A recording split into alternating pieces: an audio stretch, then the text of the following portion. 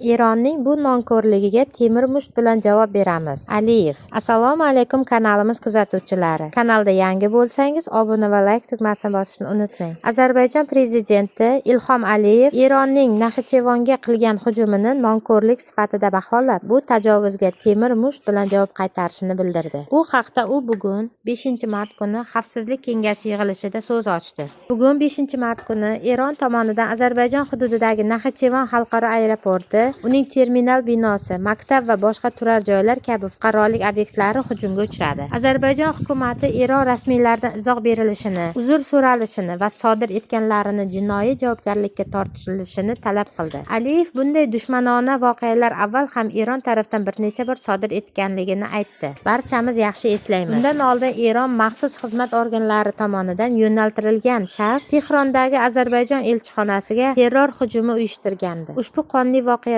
bir fuqaro halok bo'lgan, yana bir fuqaro og'ir jarohat olgan edi. 40 daqiqa davom bu hujumda Eronda hech qanday xavfsizlik yoki politsiya vakil elchixonaga kelishini lozim ko'rmadi. Bu buyruq Eronning eng yuqori rahbar qatlamlaridan berilganini ham bilamiz. O'sha vaqtda Ozarbayjon bu voqeaga juda keskin javob bergan. Ozarbayjon o'z elchixonasini Eron hududidan evakuatsiya qilib, diplomatik aloqalarni to'xtatgandi. Eron tomonini uzr so'rashga, aybini tan olishga majbur qilgandi. Shuningdek, terrorchini Eron davlati majbur bo'lib Ozarbayjon vakillari oldida qatl etdi, deydi Aliyev. Mazkur hodisada ortida esa davlat rahbari Ozarbayjon qurolli kuchlari tarkibida 1-darajali safarbarlikni e'lon qildi.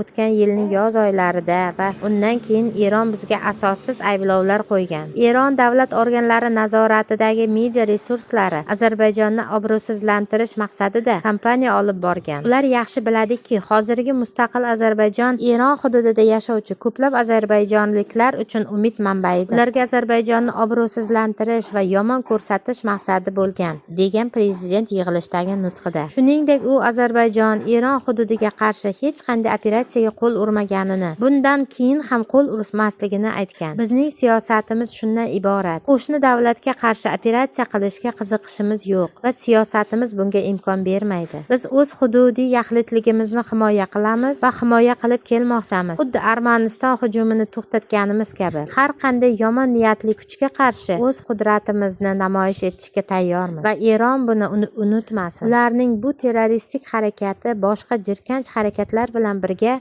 nonko'rlik namunasidir, deydi Aliyev. Aliyev shaxsan Eron elchixonasiga borib, Xamaniy vafoti munosabati bilan ta'ziya bildirganini, boshqa hech bir davlat rahbari Eron elchixonasiga bormaganini ta'kidlagan. Ular bizning qudratimizni sinamasinlar. Bizning qudratimizni sinashga uringanlarning boshiga temir musht bilan zarba beramiz. Bugungi voqea ham bundan mustasno emas, deya ta'kidlagan. Shuningdek, Aliyev Eron tomoni rasmiy Bakuga qo'ng'iroq qilib, yordam istaganini va kerakli yordamini berganligini aytgan. Bugun ertalab menga ma'lum qilindiki, Eron tashqi ishlar vazirining o'rinbosari Livanda qolgan Eron elchixonasi xodimlari evakuatsiya qilishda Bakuga qo'ng'iroq qilib yordam so'radi. Men darhol samolyot jo'natishi haqida ko'rsatma berdim. Hozir qiyin damda yordam bermasak qachon yordam beramiz, deya xalq xarajatlarini qoplashiga yo'l qo'ymadik. Barcha bu voqealarga qaramay, Naxchivanga qilingan zarba ularning jirkanch yuzidan hech qachon o'chmaydi. Ozarbayjon xalqiga ishonch bildirishimiz mumkinki, har qanday yovuz niyatli kuchga qarshi bizning temir mushtimizni ular albatta ko'radi,